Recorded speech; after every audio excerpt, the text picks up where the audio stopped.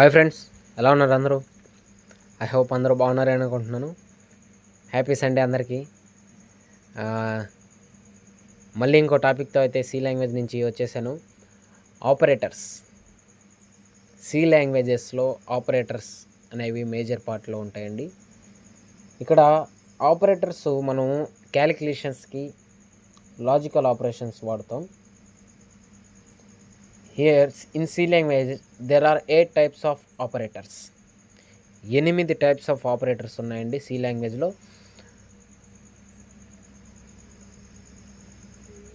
Operators 8 types of operators ఉన్నాయి. దాంట్లో ఫస్ట్ది అర్థమెటిక్ ఆపరేటర్స్.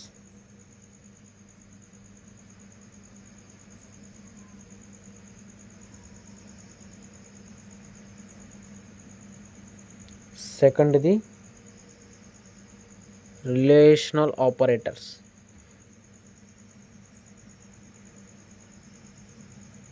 థర్డ్ది లాజికల్ ఆపరేటర్స్.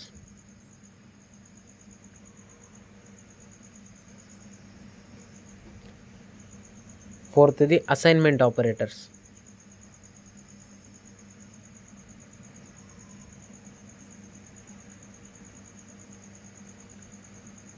ఫిఫ్త్ది increment and decrement operators.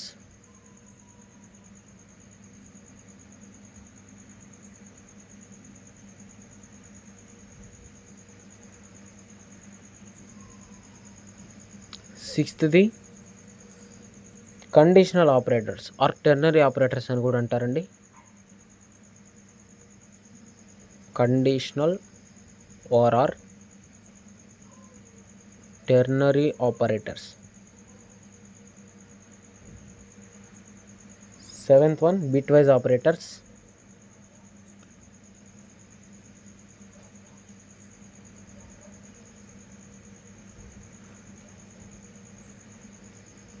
Eighth one special operators.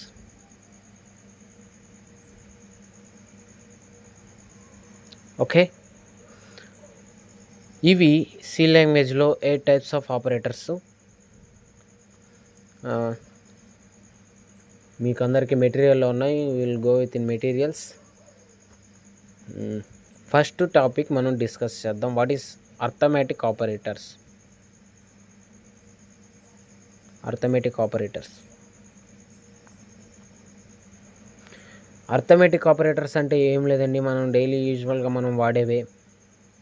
Addition, subtraction, multiplication. Here in C language multiplication is represented as star.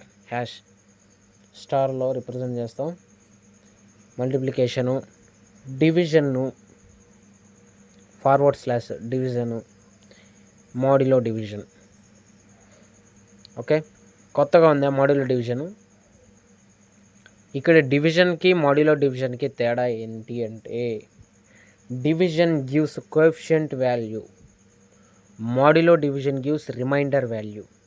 Okay, arithmetic ఆపరేటర్స్లో first addition operator చూసుకుందాం. మనం ఏమైనా 2 elements తీసుకొని దానికి ఆపరేషన్ పర్ఫామ్ చేయాలి. Here ఇక్కడ మనం తీసుకునే వాటిల్లో దీన్ని ఆపరేటర్ అంటారు. ఆపరేషన్ పర్ఫామ్ చేస్తుంది కాబట్టి ఆపరేటర్ అంటారు. ఈ రెండు ఏవైతే ఉన్నాయో వాటిని ఆపరెంట్స్ అంటారు. ఓకే, ఇప్పుడు మీకు అర్థమైంది అనుకుంటా. ఈ రెండింటిని ఆపరెంట్స్ అంటారు.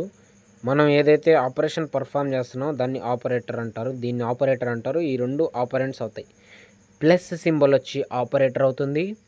ఏ and b are called operands. Okay, ఇప్పుడు మనం ఏ అనే వాల్యూని 5 ఇచ్చాం, బి అనే వాల్యూని 6 ఇచ్చాం. ఇప్పుడు నేను ఈ రెండు క్యాలిక్యులేట్ చేయాలి. ఏ ప్లస్ బి అంటే 5 + 6. ఈ 5 + 6 అనేది మనం పర్ఫామ్ చేసినప్పుడు ఇది ఎక్కడ స్టోర్ అవ్వాలి? మనం క్యాలిక్యులేషన్ పర్ఫామ్ చేస్తాం కరెక్టే. ఇది స్టోర్ అవ్వడానికి మనకు ఒక మెమరీ లొకేషన్ కావాలి. ఆ మెమరీ లొకేషన్ని నేను సి అని ఇచ్చుకుంటున్నా.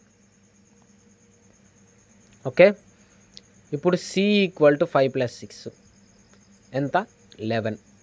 ఈ 11 అనే వాల్యూ సి అనే మెమరీ లొకేషన్లో సేవ్ అవుతుంది. అలా అడిషన్ ఆపరేటర్. ఇప్పుడు సబ్ట్రాక్షన్ ఏం లేదండి, సేమ్ టు సేమ్, కాకపోతే ఇక్కడ మైనస్ వస్తుంది, ఆపరేటర్ మైనస్ వస్తుంది, ఆపరెంట్స్ సేమ్ ఉంటాయి. ఇక్కడ A equal to 5, B equal to 6 తీసుకుంటాం, same values. C is equal to A minus B. మీకు అందరికి ఒక డౌట్ రావచ్చు, A minus B is equal to C తీసుకోవచ్చు కదా అని. అలా ఎప్పుడు తీసుకోకూడదు సి లాంగ్వేజ్లో. లెఫ్ట్ సైడ్ ఎప్పుడు ఒక వాల్యూవే ఉండాలి, లెఫ్ట్ సైడ్ ఎప్పుడు స్టోరేజ్ ఉండాలి, రైట్ సైడ్ ఎప్పుడు మనం క్యాలిక్యులేషన్ చేసే పర్ఫార్మెన్స్ ఉండాలి. ఓకే, మన క్యాలిక్యులేషన్స్ రైట్ సైడ్ ఉండాలి, వాల్యూ స్టోర్ అయ్యేది మాత్రం లెఫ్ట్ సైడ్లో ఉండాలి. ఇప్పుడు నువ్వు A minus B equal to C అయితే ఈ సి అనే వాల్యూ ఏలో స్టోర్ అవ్వాలా లేదంటే బిలో స్టోర్ అవ్వాలా? అక్కడ కంపైలర్ కన్ఫ్యూజన్. ఓకే, అదే ఇక్కడ అనుకో, ఈ ఏ మైనస్ బి వచ్చే వాల్యూ ఏదైతే ఉంటుందో అది సిలో స్టోర్ అయిపోద్ది. అది ఇప్పుడు అర్థమైందా ఎందుకు అట్లా రాశాను? C is equal to 5 - 6, c is equals to -1. ఈ -1 అనేది ఈ మెమరీ లొకేషన్లో సేవ్ అవుతుంది. సేమ్ అలాగే మల్టిప్లికేషన్కి కూడా. ఇక్కడ డివిజన్కి వద్దాం. డివిజన్లో నేనేం చెప్పాను? 5/6. Okay, 5 6, 5 1s 5 1. ఓకే, నేను డివిజన్కి ఏం చెప్పాను? కోఎఫిషియంట్ వాల్యూ ఇస్తుంది అని చెప్పాను. కోఎఫిషియంట్ వాల్యూ అంటే ఇది రిమైండర్. ఇప్పుడు ఇది 5, ఈ సి అనే మెమరీ లొకేషన్లో 5 / 6 ఇచ్చాను, 5 / 6 ఇచ్చాను. అప్పుడు అది ఏమిస్తుంది?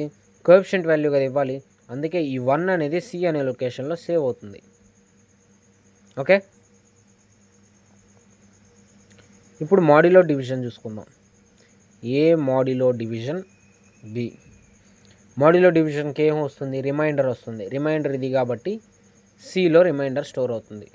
ఇక్కడ సేమ్ ఉన్నాయి కాబట్టి మీకు వేరియేషన్ అర్థం కావట్లేదు. ఒకవేళ ఇక్కడ రిమైండర్ 4 వచ్చింది, ఈ 4 ఇక్కడ స్టోర్ అవుతుంది.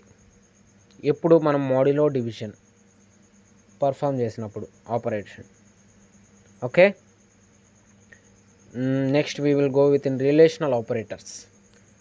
రిలేషనల్ ఆపరేటర్స్లో ఏం లేదండి, మనం ఎప్పుడు చూసే greater than, less than, greater than or equal to, less than or equal to, equal to, not equal to. Greater than, less than, greater than or equal to, less than or equal to, equal to, not equal to. Okay, అర్థమైందా? ఇప్పుడు A greater than B, ఇది operator, ఈ రెండు operands.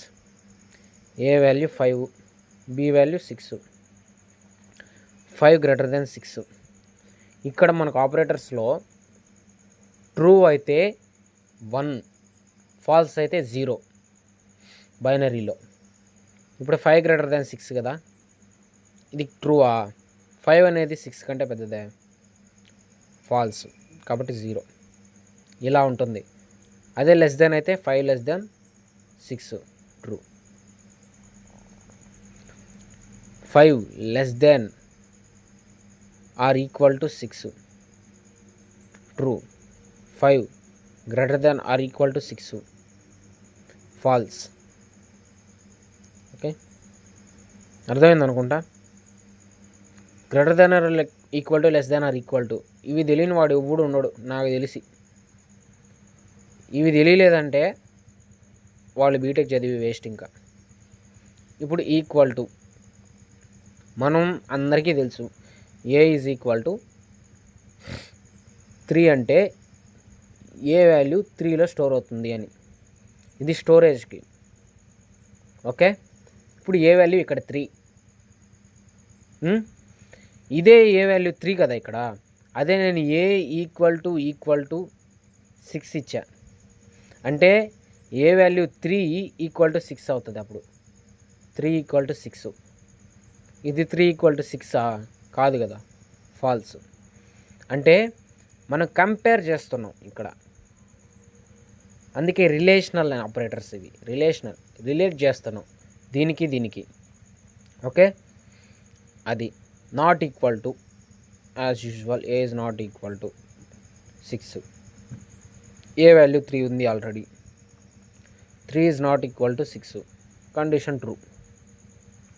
Okay, ఈ విధంగా వస్తాయి.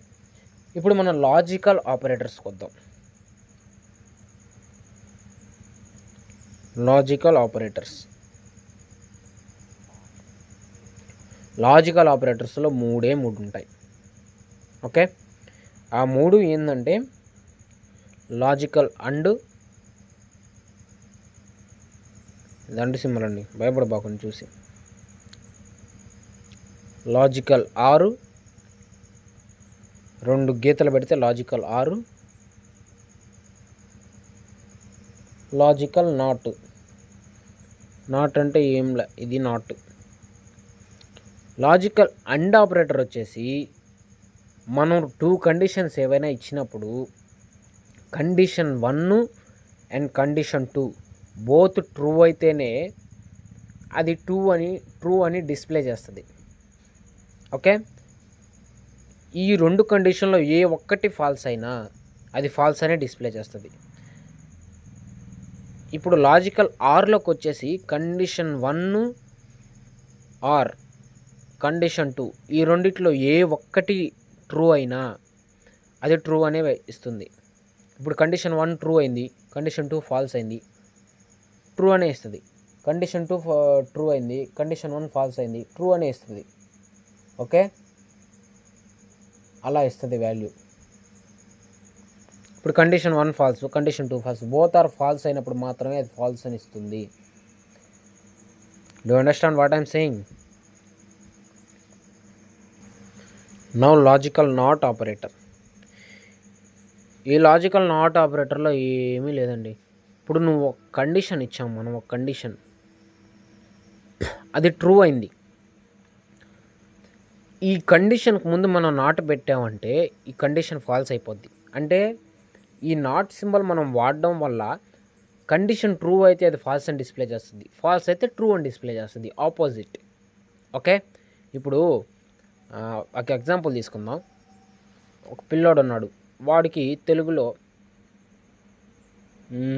60 వచ్చాయి, ఇంగ్లీష్లో 60 వచ్చాయి. Pass percentage Telugu is greater than or equal to 35. ఇక్కడ నేను అండ్ ఆపరేటర్ వాడుతున్నా, అండ్. ఓకే, అండ్ ఆపరేటర్ వాడుతున్నాను. అండ్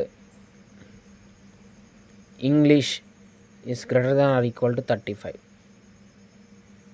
ఇక్కడ 60 ఉన్నాయి కాబట్టి ఇది 35. ఇది greater than or equal to కాబట్టి 35 కంటే ఎక్కువ ఉంటే తెలుగులో ఇంగ్లీష్లో పాస్ అని ప్రింట్ చేయమంటున్నా, పాస్ అనే ప్రింట్ చేస్తుంది. అదే తెలుగులో నాకు 60 రాలా, 24 వచ్చాయి, దీనిలో 24 వచ్చాయి అంటే ఇది నాట్ సాటిస్ఫైడ్ ఈ కండిషన్. దీనిలో 60 ఉన్నాయి, ఈ కండిషన్ సాటిస్ఫై అయింది, కానీ అదేం డిస్ప్లే చేస్తుంది, ఫాల్స్ అయితే డిస్ప్లే చేస్తుంది. ఫాల్స్ అంటే మనం ఇక్కడ ఫెయిల్ అని ఇచ్చామనుకో, ఫెయిల్ అనే డిస్ప్లే చేస్తుంది.